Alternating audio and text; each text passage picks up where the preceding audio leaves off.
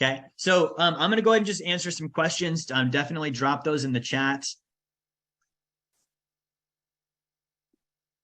Okay, so we have a question here. What do you have to do to achieve wealth through steps? So I'm not sure I quite understand that one. So we have the book here, and I'll pull it up again. Blueprint to Financial Freedom. And it does have steps, right? And everything has steps, right? Being broke has steps. If someone were to write like, here's the checklist to follow to be broke, it would be like, don't work, put everything on credit cards, never save, be lazy, be financially illiterate, don't study money, don't invest. Like you could follow that checklist in sequence and it would create the state of poverty, which means also a checklist exists that creates the state of financial freedom, wealth, abundance, right? So again, if you're watching this and you're like, what are those steps? Go to jerryfetta.com/B2F promo. And you can get a copy of my book there, and that'll walk you through the steps. Very important to note, guys, I'm 30. I did not come up with these steps. I spent the last 10 years of my life studying, financial institutions, Wall Street, banks, the top 1% historically. And I looked at what did they actually do?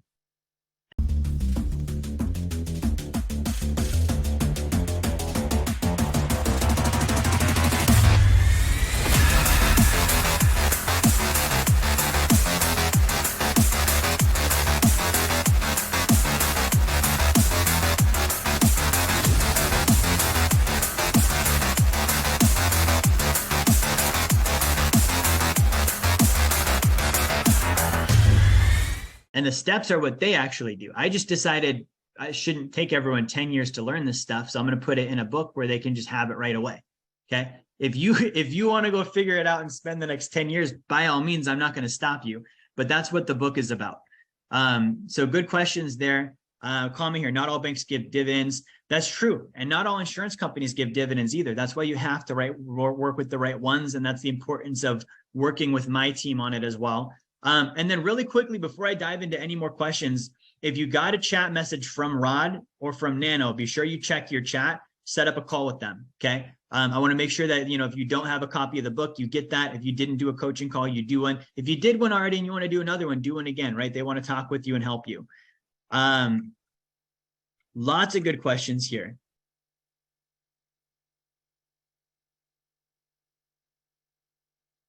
All right, Andrew, good to see you. Kim, good to see you. Tom, good to see you. Lawrence, good to see you.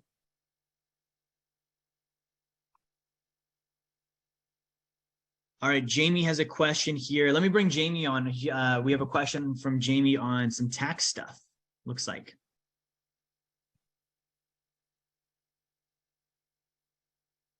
All right, so we should be able to have the mic unmuted for Jamie here in a second. All right, Jamie, I just unmuted you. Let me know if you're able to unmute the mic and we can answer your question. If not, I can read it too. All right, so I'll go ahead and read this one. So Jamie's question, are you able to write off interest on your taxes when you take a loan from your life insurance policy? The answer is it depends. So if you're using it for investment purposes, if you're using it for business purposes, then the answer is usually going to be yes. You do want to work with your CPA on that as well. If you're using it for personal, like let's say I'm paying off a credit card, the answer is probably no, right? That's not going to be a reason. It's not tax deductible. It's a personal expense. So very similar to regular, any type of expense. If it's used for business, if it's used for investing, you can very easily write it off. If it's not, then it's very hard to justify a tax deduction. Lauren says this illustration is powerful. Absolutely, I agree. Let's bring Avery on. Avery has a question here.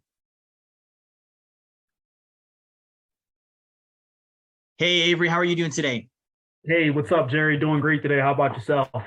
Hey, I'm doing phenomenal. You have a question on just property management and the numbers? Correct. So with all of the math that was worked out, would you have already worked out the math in terms of property management, or is the family that's moving in responsible for all of the maintenance and such? Yeah, that's a great question. So on seller finance, it is a mortgage. So for regular things like, taxes, insurance, utilities, maintenance, repairs, the family is responsible for all of that because it is a mortgage. So they're just like if I have a mortgage on a house, the bank's not going to be like, hey, you broke your washing machine, let us help you fix it. And then I have to go fix that myself. Or, let's help with your utilities, we'll cover water. No, I pay all of that because it's my place, right? So the family, they cover all that. Now, as with this investment, I do pay property management for management of the family themselves, making sure they make their payments, making sure the money gets to escrow, making sure the taxes get covered, handling any foreclosures and evictions if that comes up. The cost on that and on this particular program that I use is $65 a month per property. So it's not that bad. You do want to factor that into the numbers. Today I covered just hypotheticals, so those numbers aren't included. Someone could certainly do seller finance all by themselves with no management. For me, I'm busy. I want to have my company expand, and so I'm not really interested in like managing escrow accounts and stuff. So I'm willing to pay the $65 a month for that. The other thing to factor into the numbers is vacancies. So on the portfolio that we work with, generally the actual foreclosure percentage is about 7% of the portfolio. So you want to factor those numbers in as well. So that might lower it down when you look at, okay, I've got some property management costs. I've got a few foreclosures that might happen, which result in vacancy and payments not coming in on a couple homes. And that's going to maybe lower the numbers down a tad bit, but it's still going to be up in that range. So like on the actual homes, I think in last quarter of this year, the annual yield was like almost 14%. And so when you factor in all those costs, it might bring it down by maybe 2 or 3% per year, just depending on those factors. All right, Christo asks, which life insurance companies are best to get a policy with? So they're all designed a little bit different, Christo. So what I would do is I would reach out to Nano or to Rod on my team. Personally, I have my policy with Guardian Life, and the reason why is Guardian has a very user-friendly interface. They've been around for a very long time. They've got a good dividend rate. They've got riders that other people don't offer. And they also allow me to put money in unscheduled. Like with a life insurance policy, you're going to commit to a monthly amount that like, no matter what, I'm going to do $500, for example, right? Now, Guardian says, well, that's great. But also if you want to put in more, you can dump in extra whenever. Whereas other companies are like, well, if you want to put in more, you've got to wait till your policy anniversary date, and then you have a 60-day window to send it all in, and you can't put anything else the rest of the year. I don't really like that. So I like the Guardian system with that as well. Alcatel says, wanted to say hello. I'm finding this very interesting. Awesome. Well, be sure to reach out to Nano here or to Rod. So Nano has a question from a client. He said, I had a client asking me about length of contribution. Can you cover the advantage versus disadvantage of the premium versus the light? He's 55 years old, no debt, $3,500 a month, $5K monthly as options. Yeah, absolutely. So the light account has a totally different purpose. So when we design the life insurance, there's two different designs that we do. We call one of them is the light. The other one is the premium. Okay, the light is designed for getting rid of consumer debt. Right? So on this one, what we're focused on is we're focused on higher liquidity. And the way we accomplish that is through a shorter contribution period.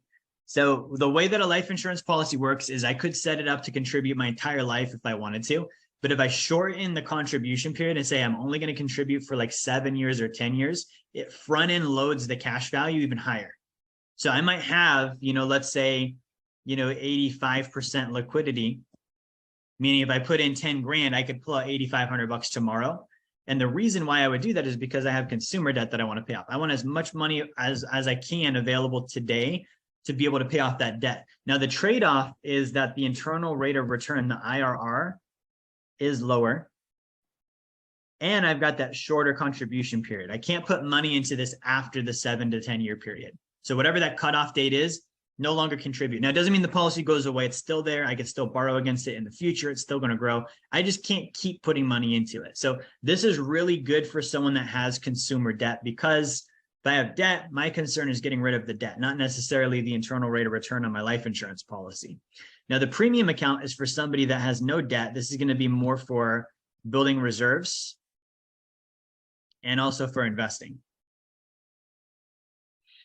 Okay, this still has high liquidity. Like we can still get the liquidity between 70 to 90%, but apples to apples, you're going to get more liquidity on this kind of account than on this one, right? Contributions generally are going to be 20 years or more.